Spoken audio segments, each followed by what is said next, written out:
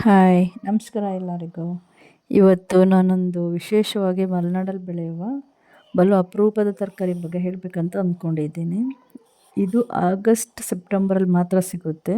ಅಂದರೆ ಗಣೇಶ ಗೌರಿ ಹಬ್ಬ ಟೈಮಲ್ಲಿ ಮಾತ್ರ ಇದು ಮಲೆನಾಡಲ್ಲಿ ಬೆಳೆಯೋದ್ರಿಂದ ಇದನ್ನು ಮಲೆನಾಡಿನ ಹಾಗಲಕಾಯಿ ಅಂತ ಕರೀತಾರೆ.